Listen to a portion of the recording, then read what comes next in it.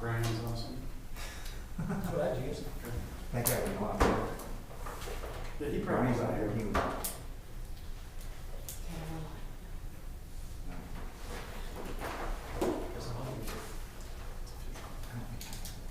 All right, at 6 o'clock, we'll call our meeting to order. We'll start with the pledge of allegiance.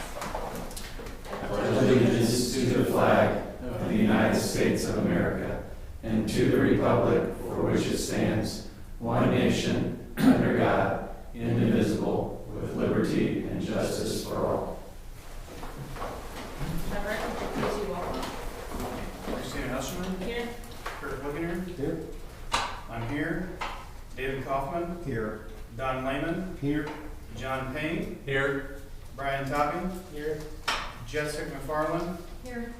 Gretchen Thomas, Here. and Scott Croner. Here. Thank you. We'll have a time for recognition of visitors and public input. Seeing none, we'll move ahead to, I will take a motion for the amendments to the agenda. So moved. Second. Motion from Trevor and a second from Kurt. Any questions or discussion on those amendments? Hearing none, all in favor say aye. Aye. All opposed, same sign. That motion carries 7-0. Moving on, I'll take a motion for the consent items to include the amendments we just added. So moved. Second. Motion from David and a second from Don. Any questions or discussion on those items? Hearing none, all in favor say aye. Aye. All opposed, same sign. That motion carries 7-0. There is no unfinished business, so we'll move on to action items. Action item A, consider the approval of the pre-approval for overnight and or out-of-state travel requests. In your board packet, you have a copy of a memo. It's the same memo that we've asked for approval for the last, I think, 3 years now. So we would recommend continued utilization of that option. We appreciate the board's understanding when those things arise. So we certainly recommend approval and appreciate it if you guys would.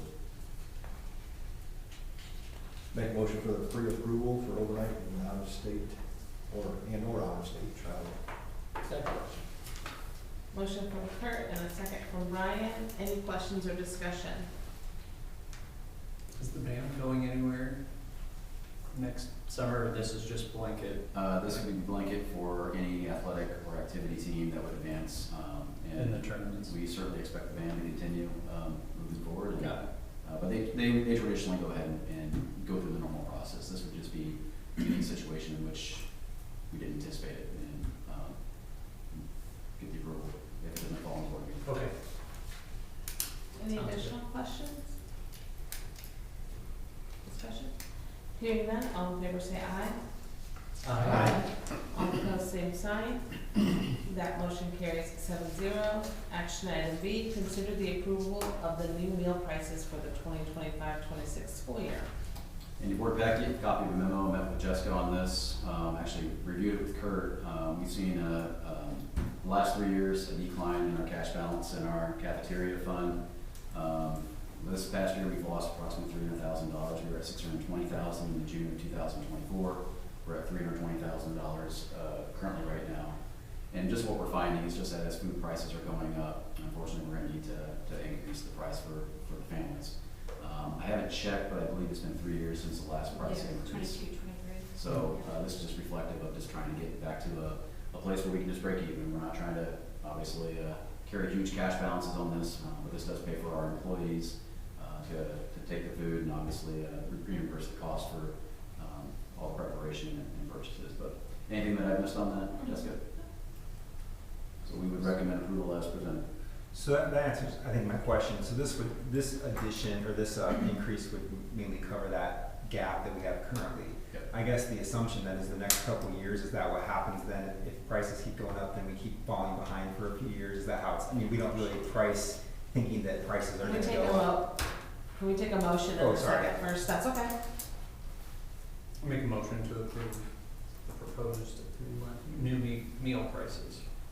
Second. Motion from John and a second from Trevor. So to answer your question, our hope would be that we basically just run a even cash balance. Maybe see a little bit of a gain just so that we can maintain prices for the following year as well. Previously, when we had a very healthy cash balance about 3 years ago. By law, we're not allowed to have that. And so we actually had to spend that balance down, which is why we anticipated seeing a little bit of a decrease 3 years ago. That's why you'll see some improvements in a lot of the cafeteria areas. Primarily the high schools had a nice improvement that was added there. This last year, though, the $300,000 was purely just due to food costs rising. We saw no major changes in staffing, no major changes in utilities. It was just increase of food costs. And so this is to hopefully, to answer your question, get back to the point in time where we're probably a little bit ahead, so that maybe we can go 2 or maybe 3 years of it. But if we continue to see it, like if we break even this year, we'll probably have to increase if food prices go up. If we go down this year, maybe it's less drastically, we'll definitely need to see an increase the following year. Yeah, this is the first I can remember we've actually had a low cash balance. Yeah. Usually it's excessive, and federal wants us to raise it, we don't, because we have such a balance. Right. So that's no different than what we have seen. So As a apparently parent, it has to be due to higher food costs. as a parent of 3 kids, I don't want to be proposing this, especially with the son who tends to get breakfast and lunch and several other items, but unfortunately it is necessary. We're relatively in line with other school corporations. As far as, I did not cost that out. I know we were. Did a spreadsheet. Did you? Thank you. And yeah, I don't know if you can see that kind of. This is us, the first box, breakfast and lunch. So it looks like Goshen, this was for 24-25 school year. Their high school lunch was more than ours, $3.10. Their elementary and middle school lunches are less. So, I mean, it's just kind of across the board. Warsaw has free breakfast, but then their high school lunch is in line with ours. So I don't think we're terribly out of line with anybody. It doesn't look like it. Elkhart, I believe, is free, and Plymouth is free, is what I looked at today. And then I also prepared just with the fund balance, and this is all June 30, so we're right around where we were in 2019, before COVID hit.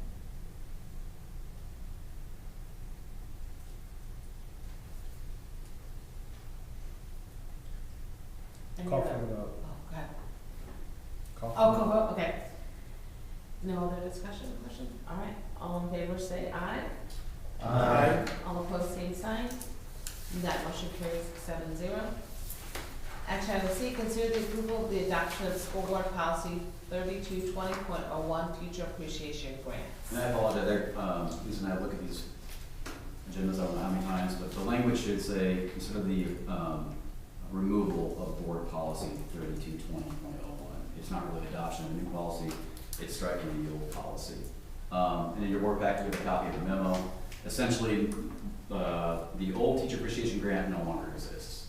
And so what we don't want to have is have policy that would contradict what state law allows. And I did outline the new tag program down below.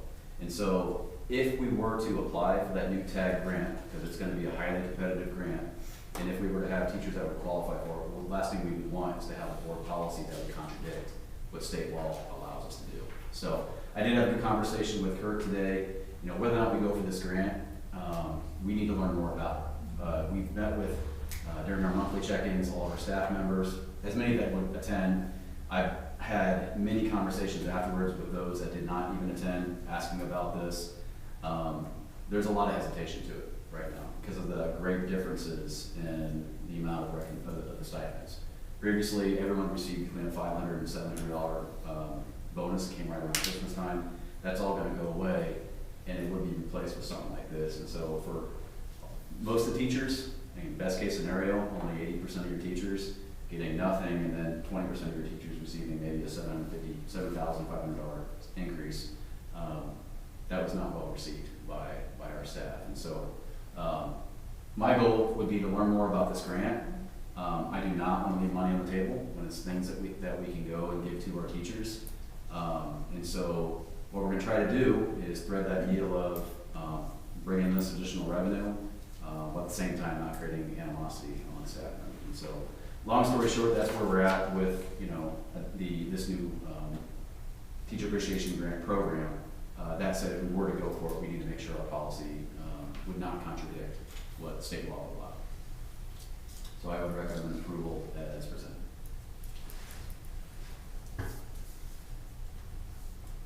Make a motion to remove the school board policy 3220.01. Second. Motion from John and a second from David. Thank you, John, for clarifying that. Any discussion or questions? Good question. So if we apply for the grant, we can't do anything else that we've done previously? Correct. Is that how it is? Well, the way the law is written, which that is word for word verbatim from the law, no, not more than 20% of our teachers can receive that funding. If we don't apply for it? If we don't apply for it, then we won't be receiving the funding, therefore we won't be applying the policy. Would teacher appreciation, the way we have it now, be able to stay? No, because we won't be receiving additional Anyway. funding. That's what we're planning on for the funding. Correct. Correct. So it sounds like, correct me if I'm wrong, like we don't know if that funding will come directly for those particular teachers that might be able to get this grant. The This could conversation, come to just the corporation, and the corporation could yep. decide what to do with it. It's going to come to the corporation. What we don't have yet is the guidance on what the grant is going to look like.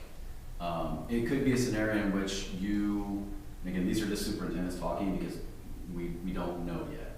You know, I could see us putting together a grant saying, here are the criteria that we will award teachers to, and then after we're approved, we'll go through and determine which teachers will qualify for these particular stipends. I could see a scenario in which we list the teachers that we would like to award, what they have done to receive those rewards. We submit that to the state says, here's what you're gonna receive. Here's the challenge, you know, I'm just doing some simple math. There's about 300 school corporations in the state of Indiana. Let's say we're an oversight district, let's say there's 200 certified teachers in each district. That's what, 60,000 teachers? Is that right, my math right? That's 600,000. About 60,000 teachers. And so 20% is what, 12,000? They've not budgeted enough money in the state budget for 20% of all teachers to receive this.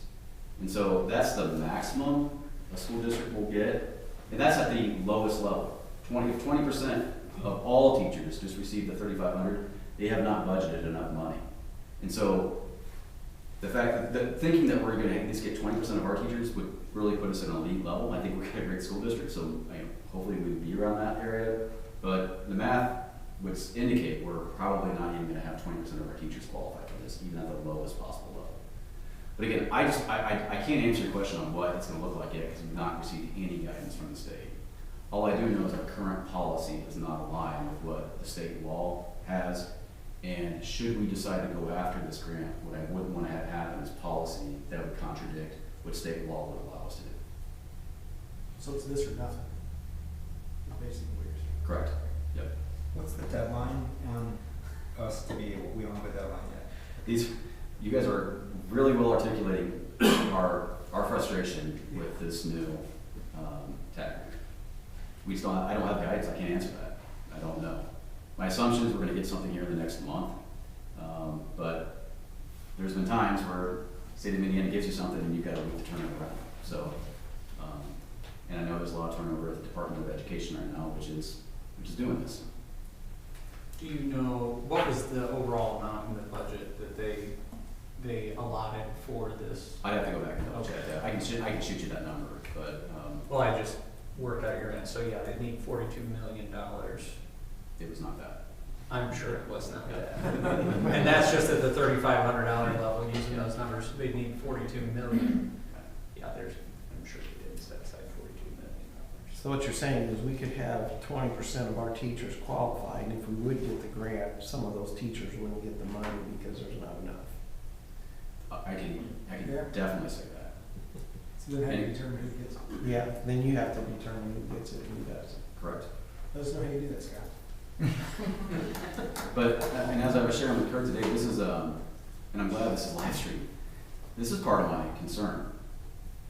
I don't want, and I don't know, Tim, what you're hearing from other districts. I've not heard any districts that are really excited about this, and none of them are really anxious to apply for this. My fear is this: public education leaves money on the table. And then state legislators say, oh, we tried giving you money, you guys didn't want it. We'll now reallocate it somewhere else. And so, again, when I talk about threading that needle, we do not want to do anything that creates dissension amongst our staff. That is paramount to what we do. At the same time, though, we need to think outside the box as best as possible so that we don't leave money on the table. Especially these next few years are going to be lean, really lean.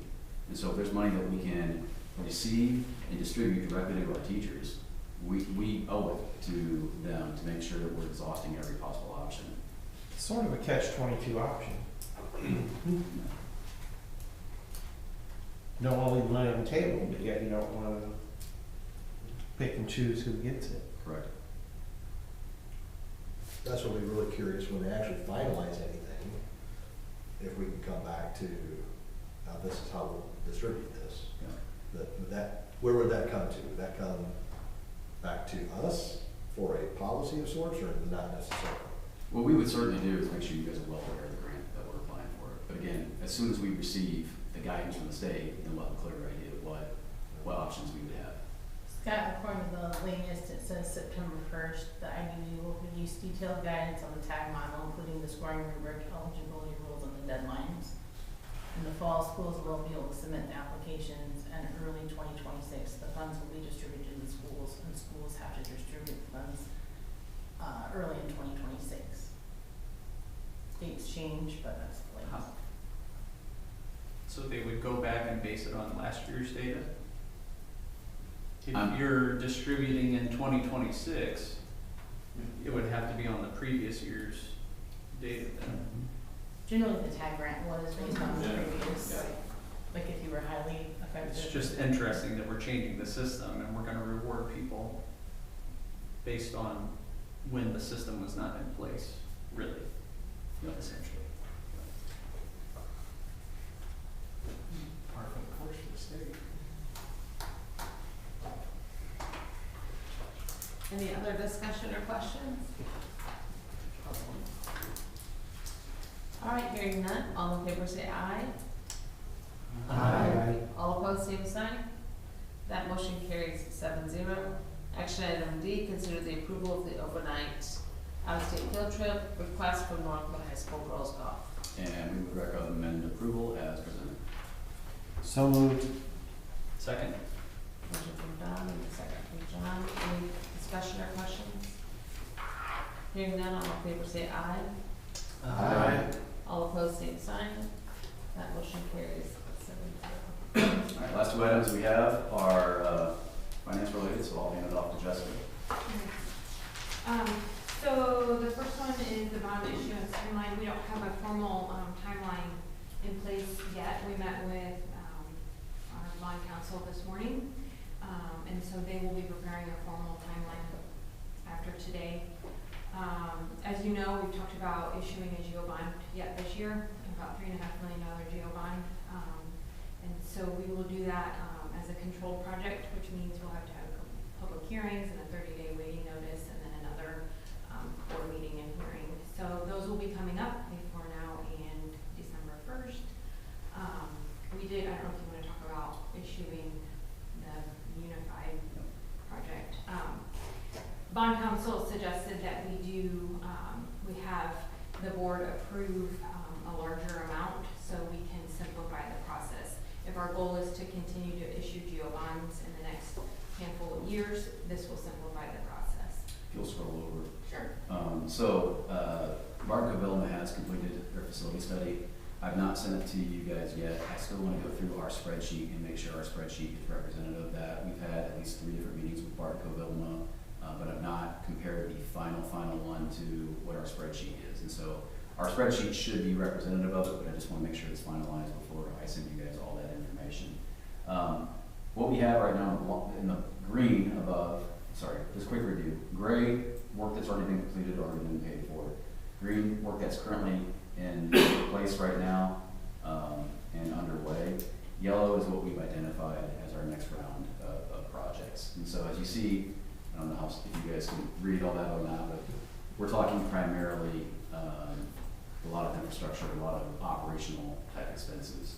I think probably the fanciest thing that you would see on there, if you scroll down to the bottom, would be gym floor replacement at the old gym at the middle school. It's seen its lifetime, it's in pretty rough shape, and it's time to get it replaced. We actually have some leaks on that floor that are causing some structural damage. So you'll see things like the school bus replacement at $800,000. Typically that's paid for out of our operations fund, with Senator Roldack one coming on board, and us wanting to preserve as much of that budget as possible so we don't need to transfer from education, so that money can go to teachers. And we're going to start pushing a lot more operational type expenses into our debt service. And so if you'll scroll over, what I still need to work with Jessica on right now is just kind of setting up our bond issuance. Right now, we have budgeted about $3.2 million, which is what we'll probably close with, roughly about on a $3.5 million bond. Obviously, there's a lot of attorney fees, preparation type work, things of that nature, like closing costs. And so 3.5 will probably be trimmed down around 3.3. And so we're within budget for that one. If you scroll down then, I'm looking at 2027, 2028, 2029. And again, these all just follow what John and Barton Covillan are saying are within a 5-year to a 10-year, you need to look at replacing.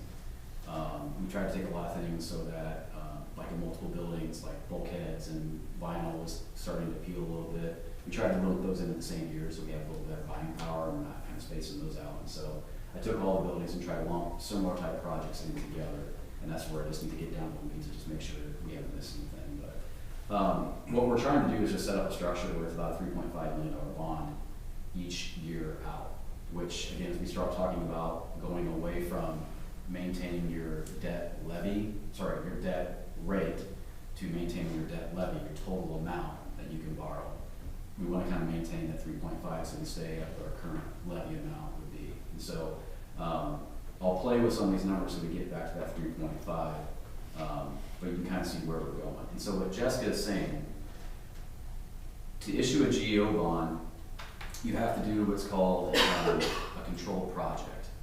And what we just learned today with our bond counsel would be that you can actually issue a controlled project for what we're planning to do over the next several years. And what that allows us to do is to streamline the bond process. Rather than going through the 30-day wait period for every single controlled project, you can just do that controlled project for all and say it's, maybe $15 million. You just publish, you go through that process for that $15 million, but we would still maintain about a $3.5 million project each year they're out. It just doesn't require you to do that controlled project hearing every single year thereafter. It allows for more efficiency and allows us to maintain that operation or that debt service levy. Said a lot, don't know how clear I was on it, but that's kind of the strategy we're looking at moving forward. And again, I'll send this to you guys and just align it with what you guys are seeing and making sure that we're accomplishing projects that align with what you would hope to see. What did I leave out? But again, we'd be looking on beginning this process with a hopeful close date in October. There are a few items, if you scroll up, that we're looking at toward the tail end of this this year. Security camera, other security upgrades that SROs have identified. We budgeted out $150,000 there. But that's what we're looking at.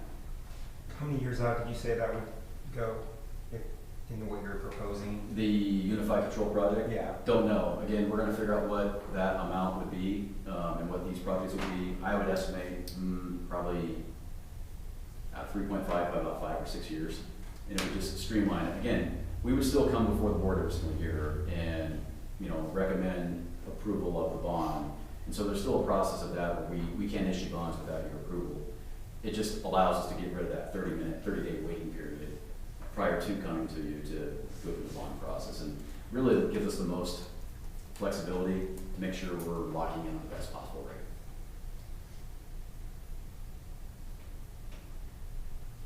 Other questions? And again, I'll shoot this to you. I know you guys will take a look at it, and then if you guys have questions after that. Again, we're still 2 or 3 months away from closing on that next bond, but just want to give you guys an update on where we're at with that. How often does tennis court need resurfaced? So it's supposed to be 10 years, which we did not make that. And what we found, 'cause if you go out there right now, you'll see little pitting holes all over. Right now, it's not causing a problem for play, but it will, especially as those pits gain water. What happened was we had too many metals in the asphalt that was in it, and those metals rust. And when those metals rust, it corrodes the playing paint that's on top of the playing surface. So it's starting.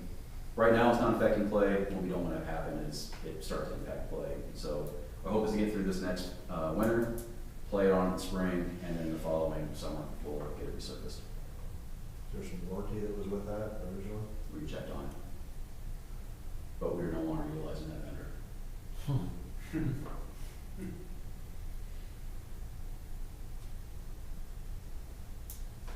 We good. Yep. And we will make sure the next asphalt that gets laid on there is free of any metals. As it should be. Other questions?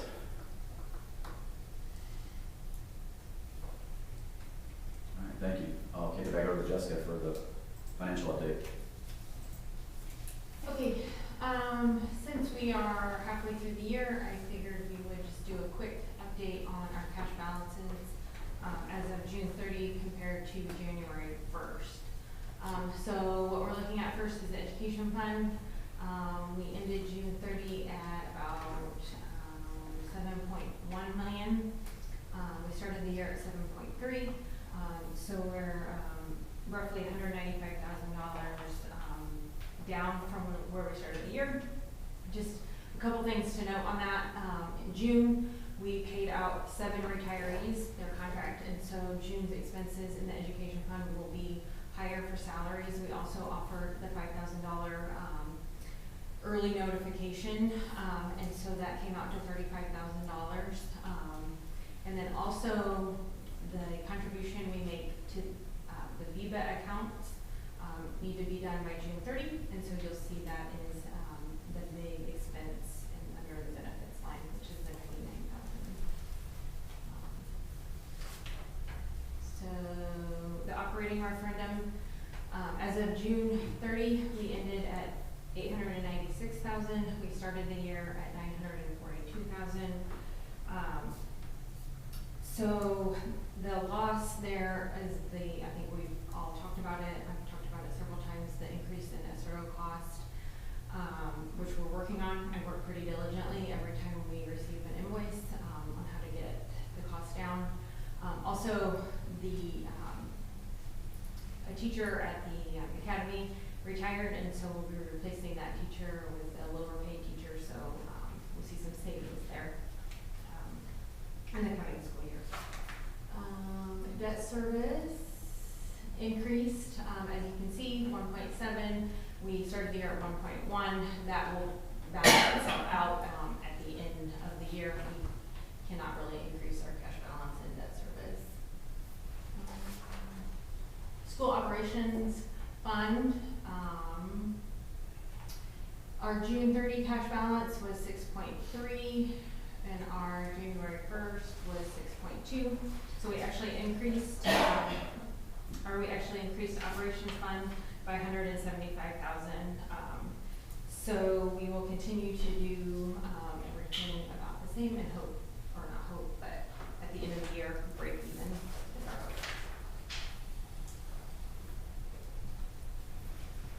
hope. Lunch fund, we've talked about that quite a bit today. As of January 1st, it was 430,000. June 30, 320,000. What we are missing is an additional reimbursement that, would be for May lunches served, and so that came in July, and that's about 93,000. So, this is understated technically by about 93,000, it was just a timing issue, so, down about 109,000, but 93 of that will be made up by that reimbursement.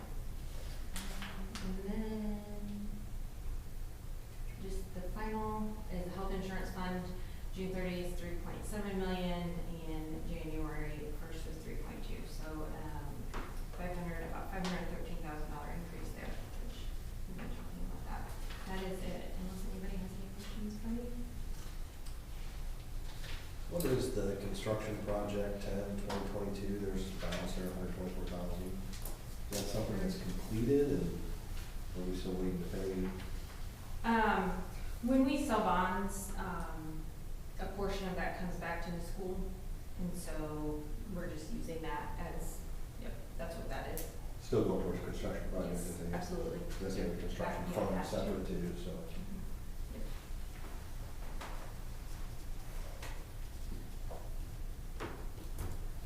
Okay. That's all we have this evening. Well, there be no further business to come to the attention of the board, a motion to adjourn is in order. So move. Second. Motion from Kurt, a second from Don, all in favor say aye. Aye. Meeting adjourned.